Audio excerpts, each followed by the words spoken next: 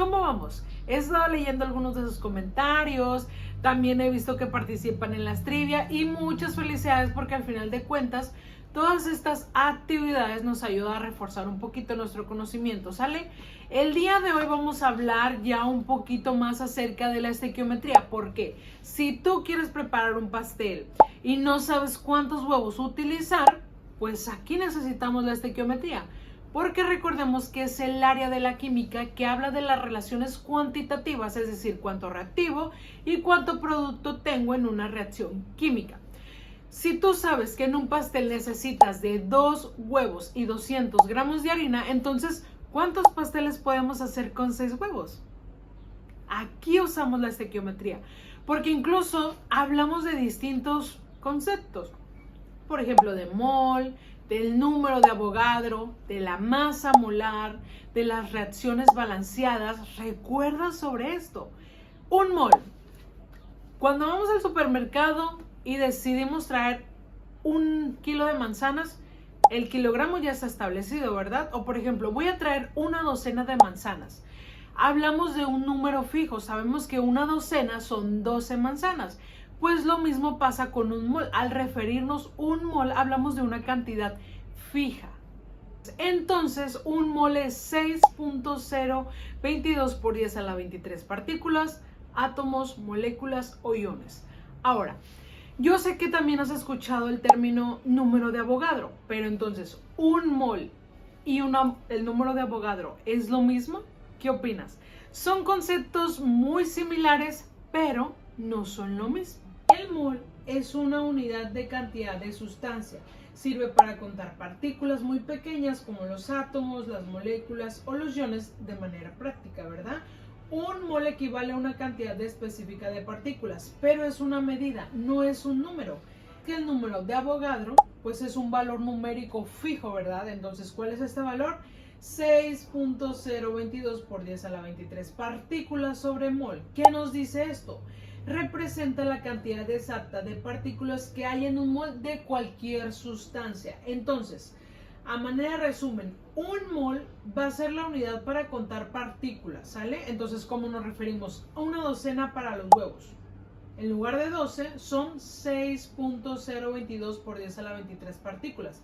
Mientras que el número de Avogadro es la cantidad específica de partículas que hay en un mol. Como decir, tengo una caja llena de pelotas. Eso sería el mol. Mientras que el número de Avogadro es conocer la unidad exacta de pelotas que hay en esa caja. ¿Cuántas sería? 6.022 por 10 a la 23 partículas, mientras que el mol sería la docena o la caja de pelotas. Así que la otra que escuches, un mol de átomos de hidrógeno, estamos hablando de una cantidad súper gigante de átomos, ¿sale? Ahora, ya que entendemos que el mol es una cantidad súper gigante, ¿pesará lo mismo un mol de hidrógeno y un mol de oxígeno? ¿Qué opinas? Es como decir, ¿la docena de naranjas pesa lo mismo que la docena de uvas? Ambos tienen 12, ¿verdad? Pero no es lo mismo. Entonces no es lo mismo decir un mol de hidrógenos con un mol de oxígeno. No es lo mismo. ¿Por qué? Porque aquí hablamos de la masa molar y la masa molar es la masa en gramos de un mol de una sustancia. ¿Y cómo obtenemos esta masa molar? Pues sumando las masas atómicas de los elementos que lo componen. Por ejemplo, si queremos conocer la masa molar de la molécula del agua, H2O, ¿cuál es la masa molar del hidrógeno? Sería 1 gramo sobre mol, mientras que del oxígeno sería 16 gramos sobre mol. Si sumamos, porque recordemos que tienen 2 hidrógenos, ¿verdad? 1 más 1 serían 2 gramos sobre mol, entonces 16 gramos sobre mol más 2 gramos sobre mol sería 18 gramos sobre mol. La masa molar de la molécula del agua sería 18 gramos sobre mol. Y así de sencillo. Eso sí, basándonos en la tabla periódica. Ahora, ¿por qué es importante hablar de una ecuación química balanceada? Porque es como en la cocina. Cuando hacemos una receta que nos dice 10 gramos de azúcar, 200 gramos de harina, 3 huevos, ¿verdad? Necesitamos seguir pues estas instrucciones. Entonces, si le echáramos como nosotros quisiéramos 5 huevos, 3 cucharaditas de azúcar, 6 de sal, pues los ingredientes no encajarían, ¿verdad? Y nos sobrarían o nos faltarían ingredientes. Pues lo mismo pasa aquí. Al tener todo balanceado, todo encaja. Porque, por ejemplo, tú sabes que para hacer un jugo de naranja necesitas de 3 naranjas, pero tú tienes la docena. Entonces, ¿cuántos jugos puedes preparar con esta docena? Incluso hasta 4 vasos de jugo. Como por ejemplo, tenemos la siguiente reacción química sin balancear. Una molécula de hidrógeno más una molécula de oxígeno no nos puede dar como resultado una molécula del agua, ¿verdad? Necesitamos balancear. Aquí vamos a necesitar de 2 moléculas de hidrógeno para formar 2 moléculas de agua. Vemos, nada sobra y nada falta. Entonces, tener una ecuación balanceada es como hacer una receta sin desperdiciar ingredientes. Todo encaja a la perfección. Entonces, si algo te sobra o algo te falta, pues algo hiciste mal y necesitas regresar y enfocarte en esa ocasión para que todo te salga bien. Ahora, antes de pasar a realizar algunos ejercicios, es importante también tomar en cuenta una estructura básica o clásica para resolver los problemas de estequiometría. Pero ojo, no siempre vamos a utilizar estos 4 pasos. Hay excepciones y te lo voy a decir, ¿sale? No nos confundamos, no siempre se va a utilizar estos 4 pasos, pero te voy a decir en dónde sí debes utilizarlos. Número 1, nos enfocaremos en la ecuación. ¿Qué decíamos? Hay que balancear la ecuación. Vemos si tenemos los mismos números de átomos en reactivos y productos, que nada falte, que nada sobre. Entonces, paso número 1, balancear la ecuación. Paso número 2, convertir de gramos a moles. Paso número 3, usar la proporción molar. Y paso número 4, convertir de moles a la unidad que nos estén solicitando. Pero ojo, ¿cuándo vas a utilizar esta estructura? Te lo voy a decir. Vamos a utilizar esta estructura, 1, cuando te den la masa en gramos de un reactivo o de un producto, como por ejemplo el siguiente ejercicio. Nos lo están dando en gramos del reactivo y del producto.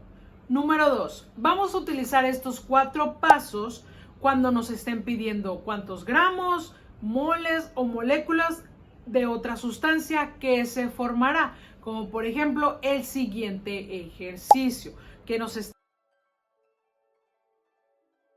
en la posición número 3. Cuando la ecuación está balanceada, utilizamos los 4 pasos anteriores y listo.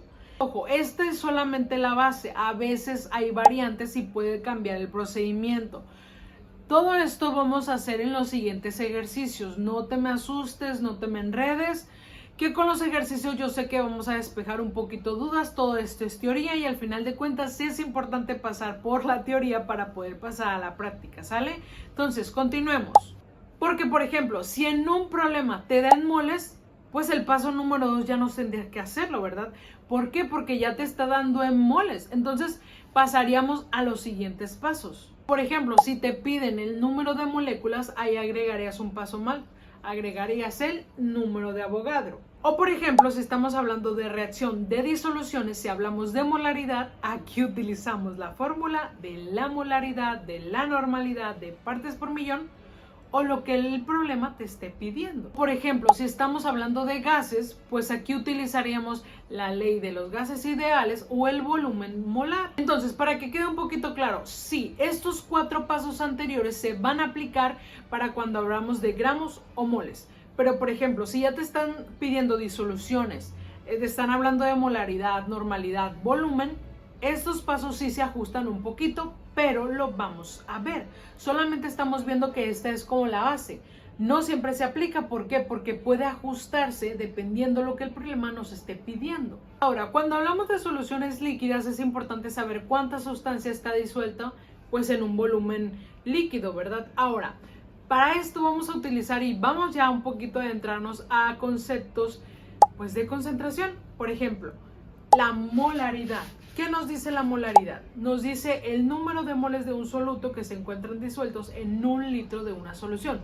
Por ejemplo, si yo tengo 1 mol de cloruro de sodio en 1 litro de una solución, entonces tengo una concentración 1 molar. Y la fórmula para la molaridad sería la siguiente. La molaridad es igual a los moles del soluto entre los litros de la solución. Esto se usa principalmente y es muy común para preparar soluciones en un laboratorio y también para hacer pues pruebas estequiométricas. Ahora, la normalidad se parece un poquito a la molaridad, pero aquí difiere hablando del número de equivalentes. ¿Por qué? Su fórmula es la molaridad es igual al número de equivalentes sobre el litro de solución, y aquí es donde se parece. Pero al hablar del número de equivalentes, ¿qué significa eso? Recordemos que un equivalente es la capacidad que tiene una sustancia, ya sea de donar o recibir alguna cantidad. Por ejemplo, si estamos hablando de protones, estamos hablando de una reacción ácida. Si estamos hablando de iones OH, estamos hablando de una reacción base. Por ejemplo, si estamos hablando también de electrones, pues estamos hablando de una reacción redox. Dependiendo de qué reacción hablemos, es lo que se va a donar o lo que se va a recibir. Ahora, ya sabemos qué son los equivalentes, y el número de equivalentes o lo que usaremos va a depender del tipo de reacción, ¿verdad? Pero ahora, ¿cómo sacamos ese número de equivalentes? Pues muy sencillo. Entonces, utilizamos la siguiente fórmula, que serían los equivalentes es igual a la masa del soluto en gramos sobre el peso de los equivalentes, gramos sobre equivalentes. Y los equivalentes va a depender de la reacción. Ahora, pero si tú ya tienes los gramos y el volumen en la normalidad, utilizarías la siguiente fórmula, que es una fórmula combinada. Sería la normalidad es igual a los gramos del soluto entre el peso de los equivalentes por los litros de la solución. Sustituyes valores y obtienes la normalidad. Ahora, si hablamos de molalidad, la molalidad es el número de moles que se encuentran en 1 kilogramo de solvente. Utilizaríamos la siguiente fórmula. La molaridad es igual a los moles del soluto entre kilogramos de solvente. Si tú disuelves 1 mol de azúcar en 1 kilogramo de agua, la molalidad es de 1 molal. Ahora, si hablamos de la concentración porcentual, nos referimos a la cantidad de soluto en porcentaje, pero también dependiendo de la cantidad total. Por ejemplo, si hablamos del porcentaje peso, estamos hablando de gramos del soluto por 100 gramos de la solución, ¿sale? Ahora, si hablamos del porcentaje peso sobre volumen, estamos hablando de los gramos del soluto, pero por 100 mililitros de la solución. Y si hablamos del porcentaje de volumen sobre volumen, estamos hablando de mililitros del soluto por 100 mililitros de la solución. Esta concentración porcentual se usa en proporciones de concentraciones farmacéuticas o incluso también concentraciones comerciales. Ahora, ¿por qué es importante entender e incluso hablar de estas definiciones? Porque dependiendo del tipo de reacción es la solución que vas a tener que optar. Entonces, para cálculos directos de laboratorio y fórmulas químicas, la molalidad pues es la más común. Pero si estamos hablando de reacciones ácido, base o redox, la normalidad facilita saber cuántos equivalentes reaccionan. Para efectos que dependan de la masa del solvente y no del volumen, como cambios en el punto de congelación, se usa la molalidad. En esta clase hablamos un poquito de las relaciones, de las concentraciones, de las cantidades exactas, de moles, de la masa molar, de tener una